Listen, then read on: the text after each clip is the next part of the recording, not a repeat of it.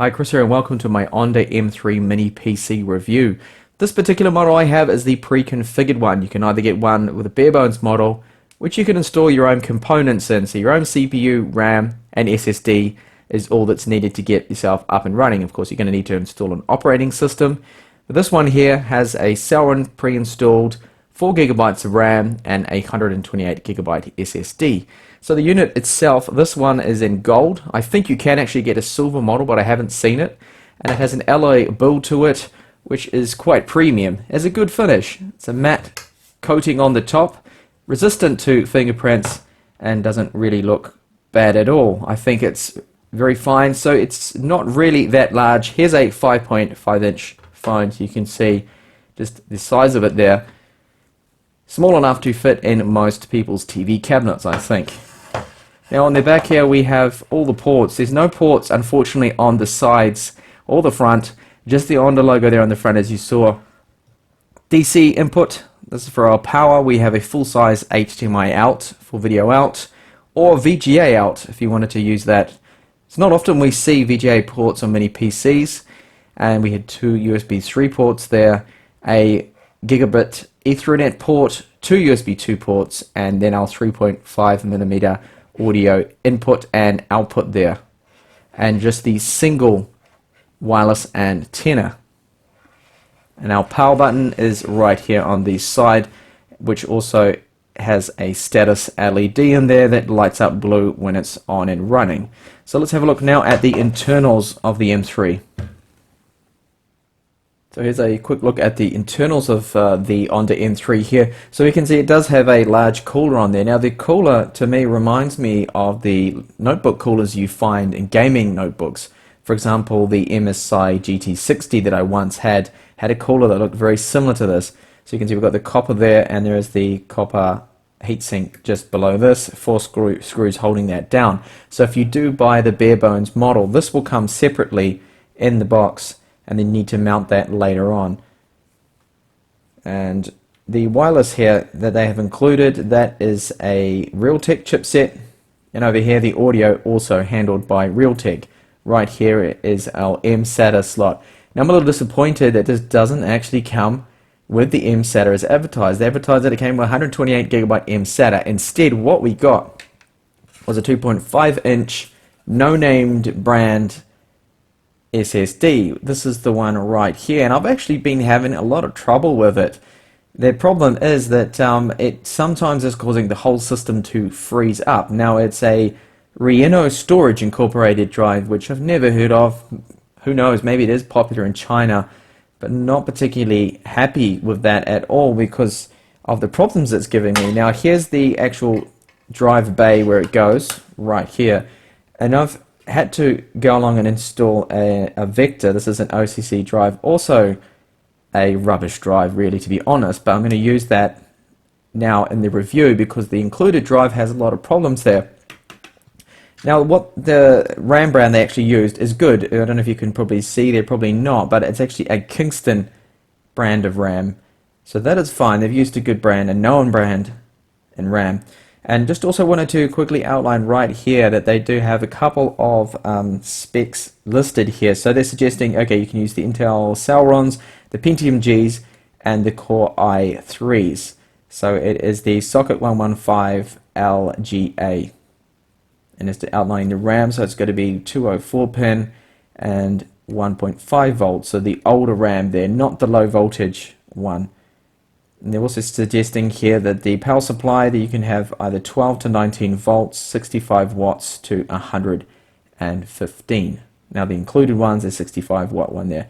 So really the i3 cores is really the highest you want to go if you're going to be building your own one from the bare bones model, because if you decide to put an i5 in there, that's I think around 80 watts or 84 watts. It's just getting too much, too demanding. Even if you did up the power supply and get a larger power supply for this, you're still going to run into problems because it's not going to probably be able to dissipate the heat that's going to be coming off the CPU, because it's only a small, basically a notebook sized cooler there. So because of those issues I had with the SSD they included, I had to install my own one. But when Windows was working, there was a big problem with the Windows activation. It wouldn't actually activate at all. So they used a key that was actually just literally zeros everything. They tried to hack the activation of Windows 10 Pro that it had installed on there. So I had to do my own install. What I did was just back up the drivers and proceed to do my own install, use my own CD key, and that's all activated there. You can see we do have that 4 gigabytes of RAM that is installed, and that is all available to us. They haven't dedicated more than 32 megabytes of memory to the internal graphics, the Intel graphics. But that does scale up. So that's scalable. That will scale up to, I think, 500 megabytes, 512 there. And there's the Celeron, the G1840 that's included in this pre-configured model. So if you get the bare bones one, you can put whatever you want in there. You can put a Pentium G in there. I'd recommend you go for one of the lower end Core i3s. So a quick look on the device manager here. There's not really a lot to show you, just that the network adapter is a gigabit Ethernet one, which is good, that's fine. And the wireless is a single band wireless in, so no dual band, no wireless AC there. My own disk drive that I installed, because of the problems with that non-brand one, is an OCC Vector. Now USB 3 ports, they work just fine. I've been able to run every single USB external drive that I have, powers them just fine, full USB 3 speed, so up to the maximum speeds that the drive can get.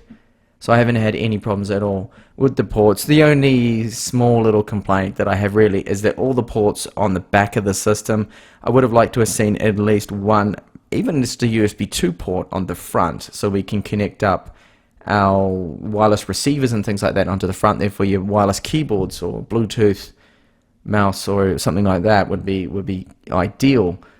So we don't have that at all. There's the processor again. So it's just a dual core, 2 threads, and I did benchmark the system. I'll show you the results of that now. Internet Explorer.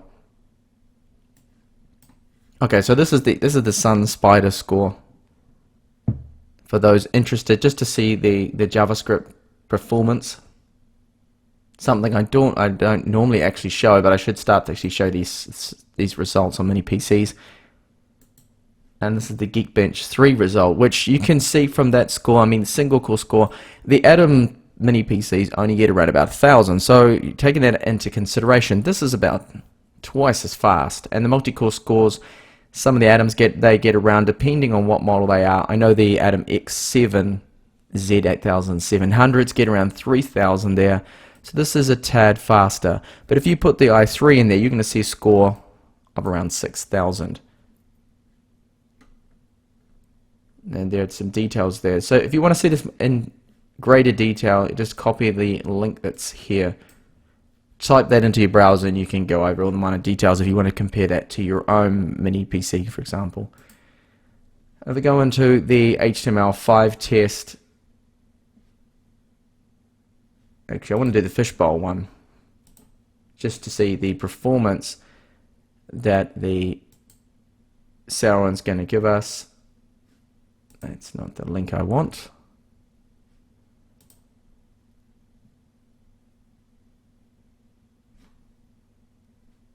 You'll see how this runs. So at the moment, I think this is auto-detected 10 fish and around 45 frames per second. There we go. It should be 60. I was wondering what was going on. 50 fish, still 60 frames per second. Now if I get it to render 100, that's probably going to have a bit of an impact on there. Now it's starting to slow down, at least 250.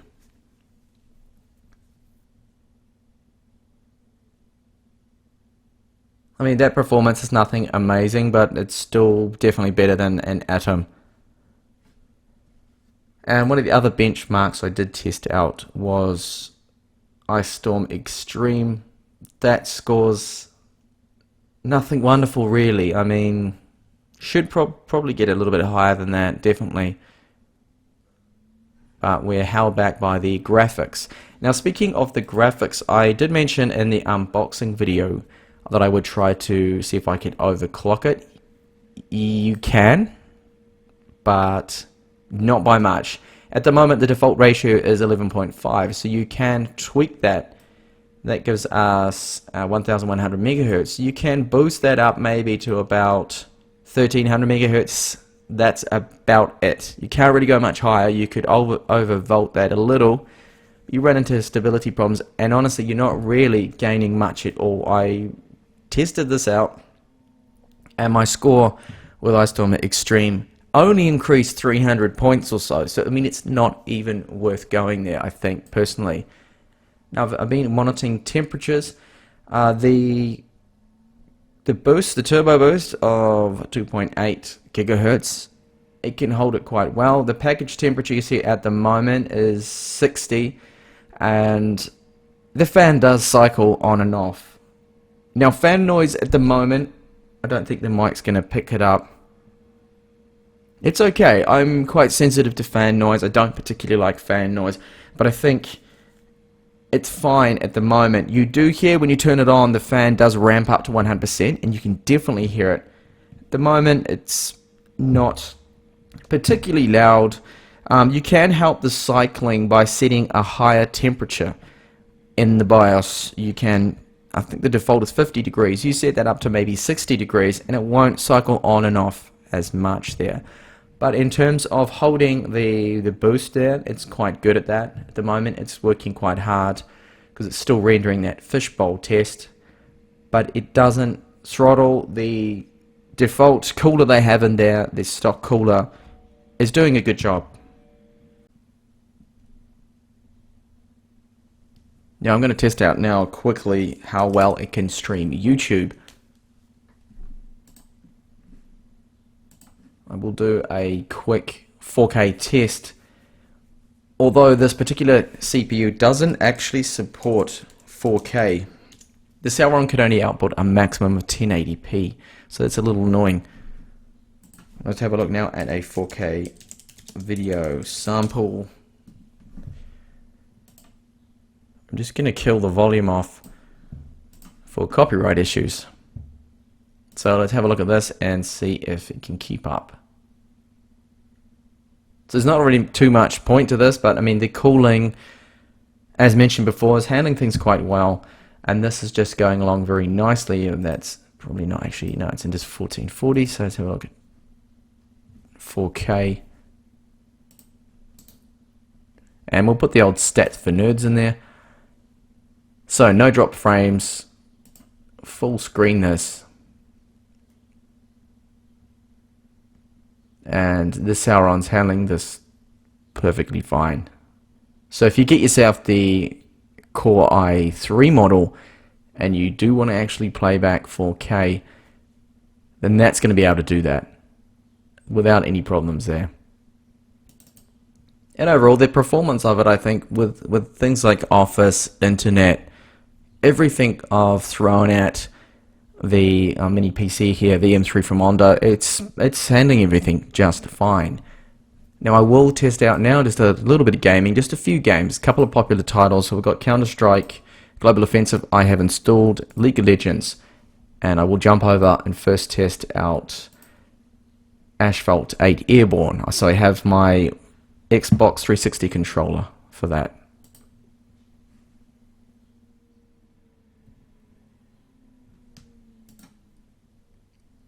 So the game set the effects settings to extreme automatically. I'm just going to test that out. It's probably going to be too demanding for the inbuilt Intel HD graphics that it does have on there.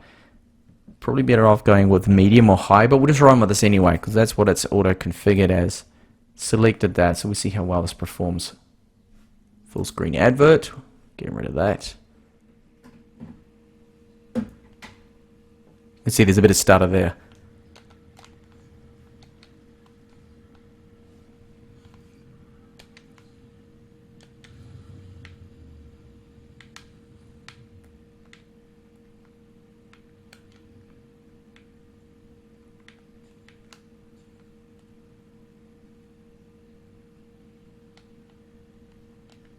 The fan is also on now at the moment, just full time running, but it's only running on, I would say, approximately 50%.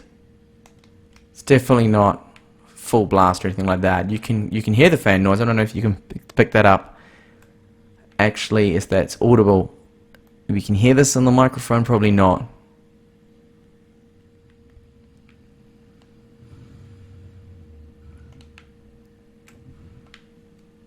And wrecked. Okay, I think that's enough of Asphalt 8 Airborne there.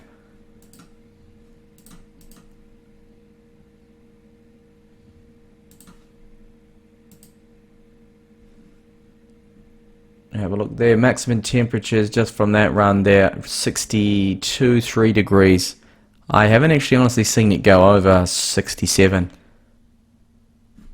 Move over now and test out League of Legends.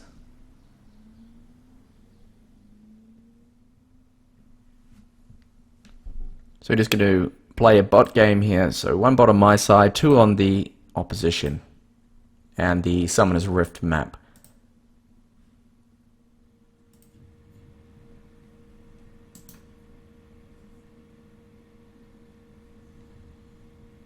Alright, so these are the default settings in 1080p that it's gone with. I'm going to have a look and see.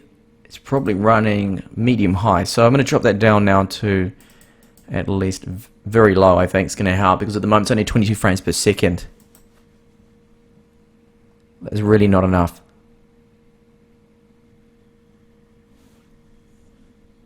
Okay, that's better. We've got 40 frames per second, 58 degrees.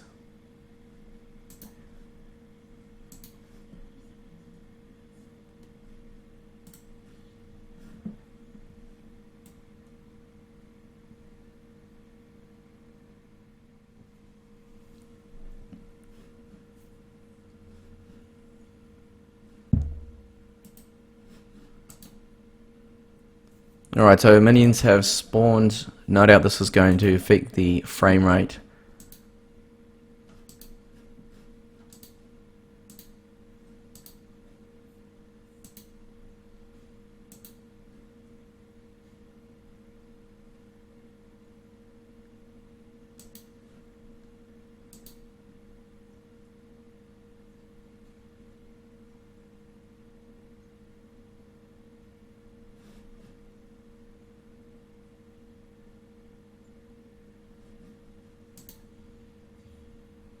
Oh boy, about to die. Almost.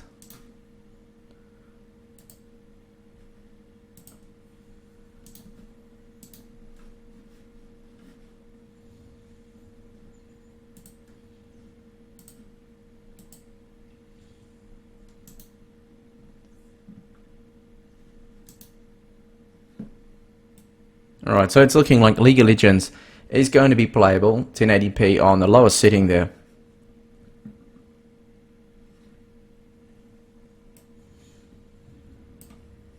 But you're gonna have some frame dips there. It's just dipped down to 40 frames per second. So the more action on screen, the more spells and effects that it has to render, of course, is going to affect that frame rate.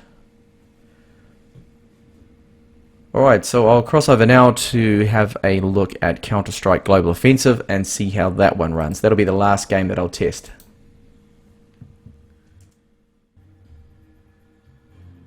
Alright, so these are the settings I'm going to use. 1080p, but I'm going to keep everything on low. 1080p will no doubt probably prove to be too demanding, so I'll first test out a game with bots. I'm going to play the Dust 2 map.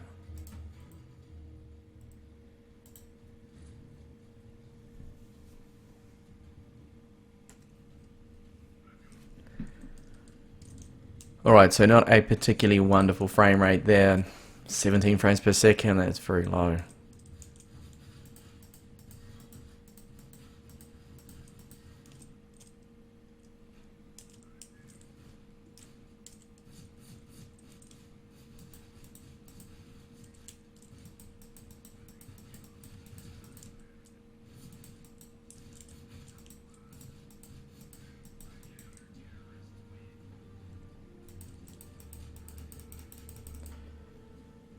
I'll move over now and test out an online map. Same map again, does too.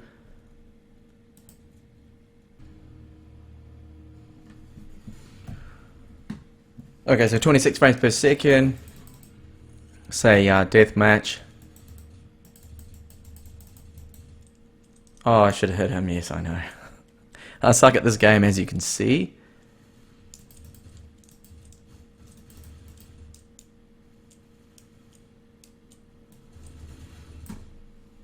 Wow, I got lucky then. So frame rate really not ideal.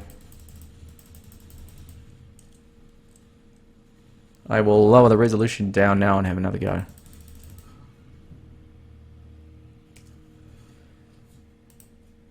So if I drop it down here to, I think what'll give us at least hopefully some playable frame rates, 800 times 600.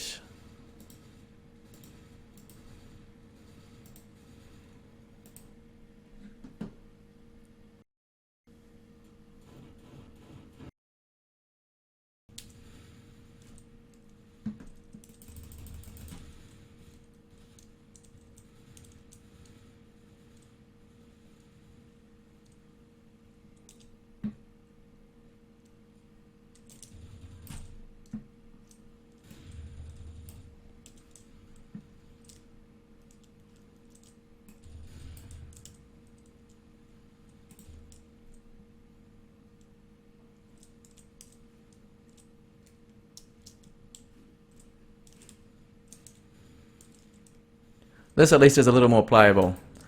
We're getting around 50 frames per second.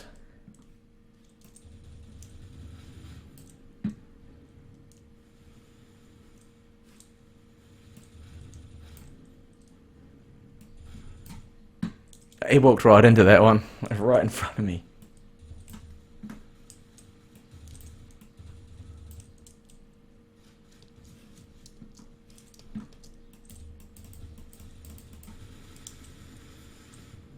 Oh. Oh.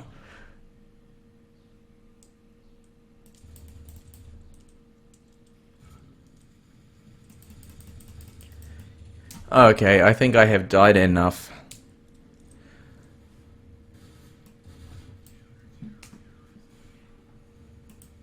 So let's have a look at the temperatures.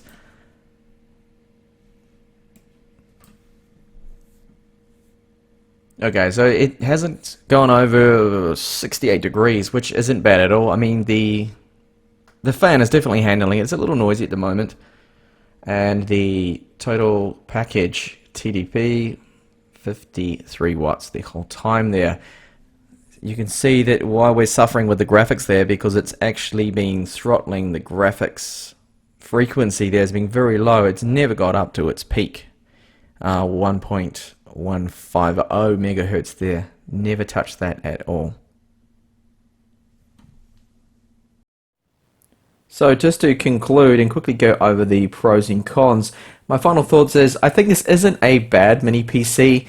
It's definitely got a lot more power than the likes of the Atom PCs, but I was a little concerned with the fact that the included SSD that they put in there, the 128 gigabyte model, firstly wasn't advertised mSATA one, and secondly it's a non-brand, unknown SSD drive that was causing lockups within the system, micro freezes all the time. Once I got rid of that and used my own SSD, then things actually went smoothly for me. So you might want to consider just maybe getting the bare bones version, put an i3 in there, your own RAM, your own mSATA drive, and leave it at that. And also when you factor in costs and things, it could actually be a little bit cheaper just to get yourself a mini ITX case and motherboard and start from there. Maybe use an AMD APU as well and build up your own system. So there's a few factors there. But overall, I mean, the system functions well, as you've seen. The performance is, it's nothing amazing, but you can do some light gaming on it. You can use it as a media PC. Another thing you also have to keep in mind is if you want to output more than 1080p, this CPU cannot do it. The Celeron's limited to 1080p output only with the Intel HD graphics, the 4040 that it has in it. So you want to use, again, the bare bones model and put an i3 in there if you need to output anything higher than 1080p. Thank you for watching this review. Hopefully it was helpful, and I hope to see you back in the channel with more up and coming reviews. Bye for now.